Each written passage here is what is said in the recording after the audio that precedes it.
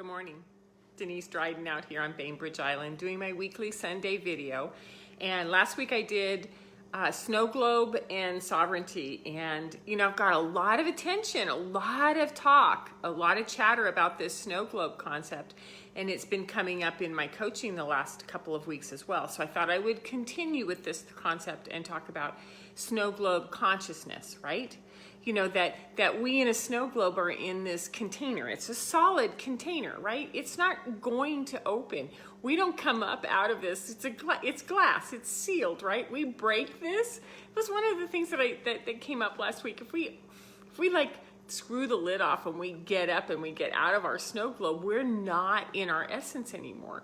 So how do we sort of talk about it being just a sealed container, right? That you're whole, you're complete, that you're a system of your own.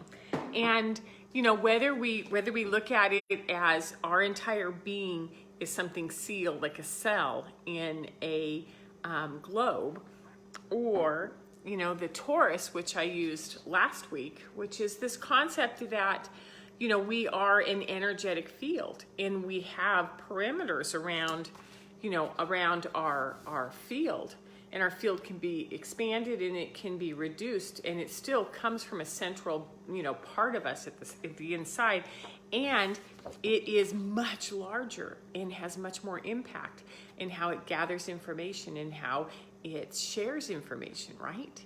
And so this is the torus idea. So look up torus, T-O-R-U-S, and see what comes up for you, right? So the piece that I wanted to talk about is that when I use the snow globe analogy is that we are minimum of 70% water, right? Between our cells, our organs, everything functions on water. And water is really interesting because it holds temperature, right? It goes hot or cold. It holds sound, it holds vibration. A lot of the ocean vibrations and languaging through the whales and through the different species that live in the ocean. I'm looking right out because the ocean's right there. It also holds our emotions, right?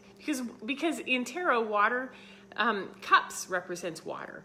It's responsiveness. It's our feminine, right? And so if, here we are, this system of our own that responds to everything around it. It responds to everything around it. So it influences, and it is influenced by others. Makes sense, right? So physically, mentally, and emotionally, what we have is interaction with others on a daily basis. So what does this look like? It means that, we're in a physical body, right? So we can see and we can feel and we can taste and we can hear and we can smell everything around us. Yet we interact with each other and we have these emotions. So we can love, we can fight, we can collaborate, we can play, we can, teach, we can lead, we can follow. And all of this happens through the energy of water and emotions. So as we start to play with this idea of actually being 70% water and the idea that these emotions kind of guide us, it ends up being really important when it comes to relationships, our relationships with people, our relationships as a child to our parents, as ourself as a parent to a child, as a partner, as a friend. And these relationships, whether they're at work or they're at home or they're in community or they're at the world, and our relationship with nature, our relationship with the stars, everything is how we interact as a water being with everything else. So this kind of consciousness is really powerful when we can hold this.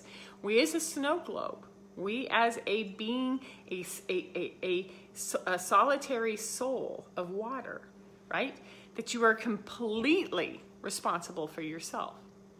There's those things which is, I came into this world alone, I die alone. Those can be really depressing. At the same time, this is you. This is who you are. You are a solitary soul, right? And you interact with all the elements of the world. You interact mentally, physically, spiritually, emotionally. And you can forget about yourself and get caught up in all of the things that are going outside in the world, going on out there, and forget that there's these pieces that need to be taken care of that are part of you. So here's the big factor that I thought I would add into this, because, you know, I like to blend some new concepts, right? If we have this beautiful level of soul consciousness, this is what the empath is. The empath is the one who reads water. They read vibration. They read feelings. They listen to and they partner with the vibration of emotions, of water. And it's always there. It's been there since they were born. Sometimes they shield themselves. Sometimes they shut it down. But this is what they know how to read. They know how to read what this little snow globe is sending out. So we have these different ways of being in wide open communication with all of the other snow globes all over the world. We read water.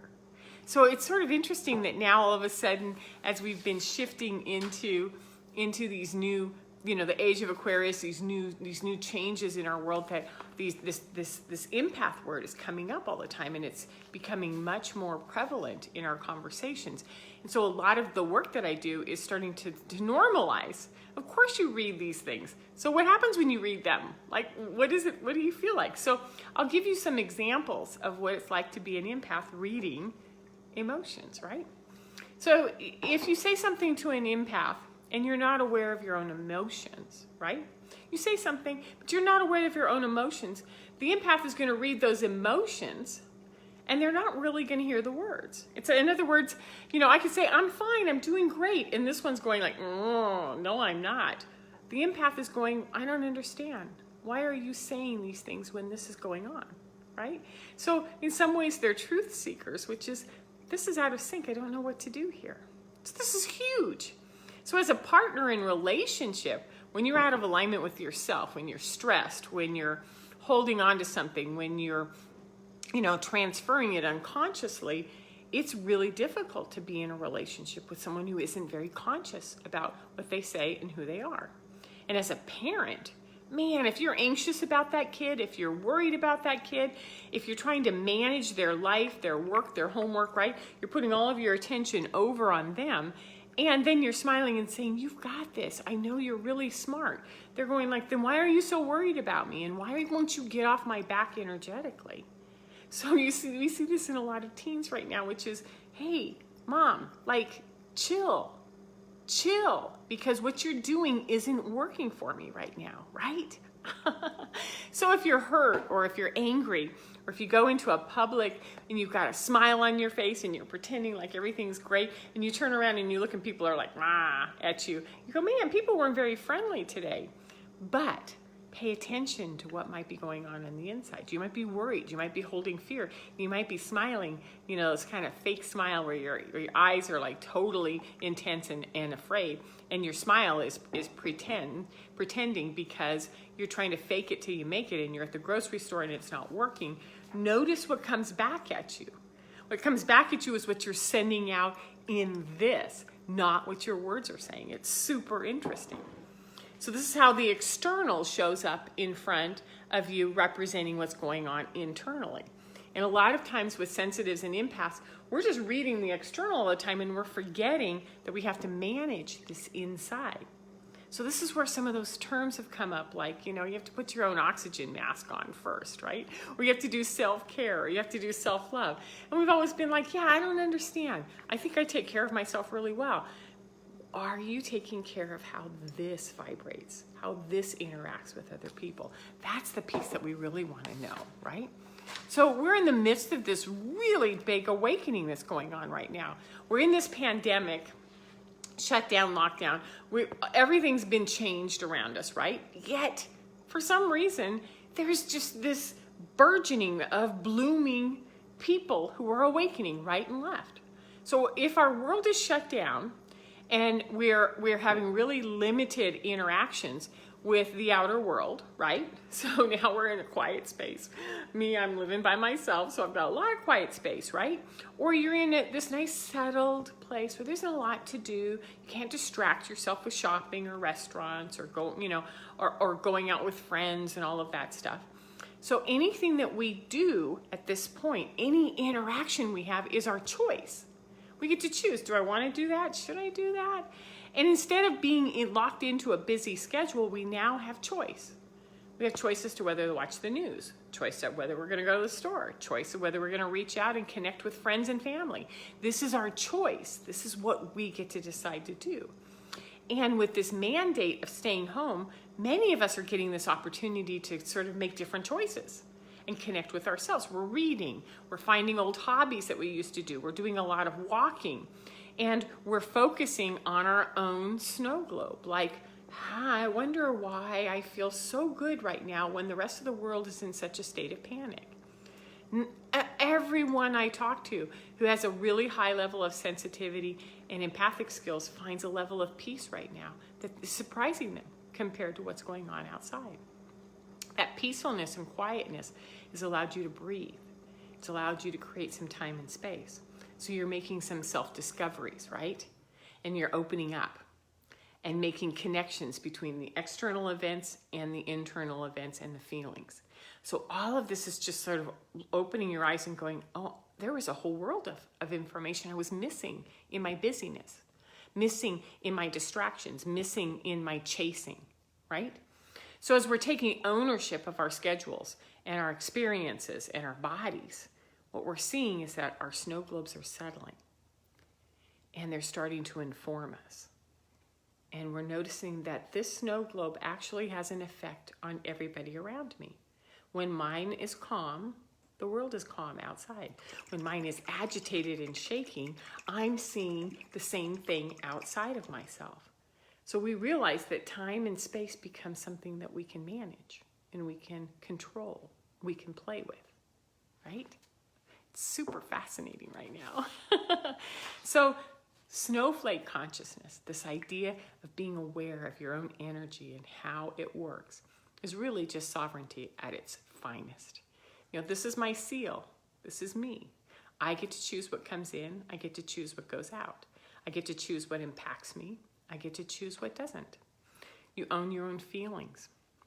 You interact based on what works for you. You protect this sacred balance with clarity, with yourself and with others. You know, I'm in a really quiet space right now. I don't really want to do that with you right now. Thank you for asking. Super clear. I like this. I want to stay with this, right? And you shine it out, and you vibrate it out, and you spin it, and you watch it ripple through the world. And when I noticed that's just how powerful we each are when we get in touch with this, we can change everything just by calming our insides down. I kind of think of E.T. You know, the movie is great. Whenever E.T. felt love, his whole chest radiated, and his whole body got really bright, right? Or if we go to Avatar, where, you know, once they all came and gathered around the mother tree, and they started their own light, and then they hooked their braids into the ground, and then the whole area just lit up. And I think that's what it really looks like when we find our light, when we find our balance, when we radiate out warmth and love and peace and compassion, and then we start connecting with other people who are holding this. It's not like it's just two, it's like all of a sudden 1,000 times of power comes out. And as we're awakening to just how powerful we are, things are changing. Things are changing really quickly. So now that we know what is possible to focus on with you and your energy and your own space, you get to play with this snow globe consciousness for the next week until I come back and talk to you next Sunday. Meanwhile, keep it calm, play with what gets it excited, what gets it agitated, and what gets it calm. Okay? And enjoy this video. And if you want more, there's always, you can go to YouTube, you can go to Facebook, or you can find me on DeniseStridenCoaching.com. Take care. Bye-bye.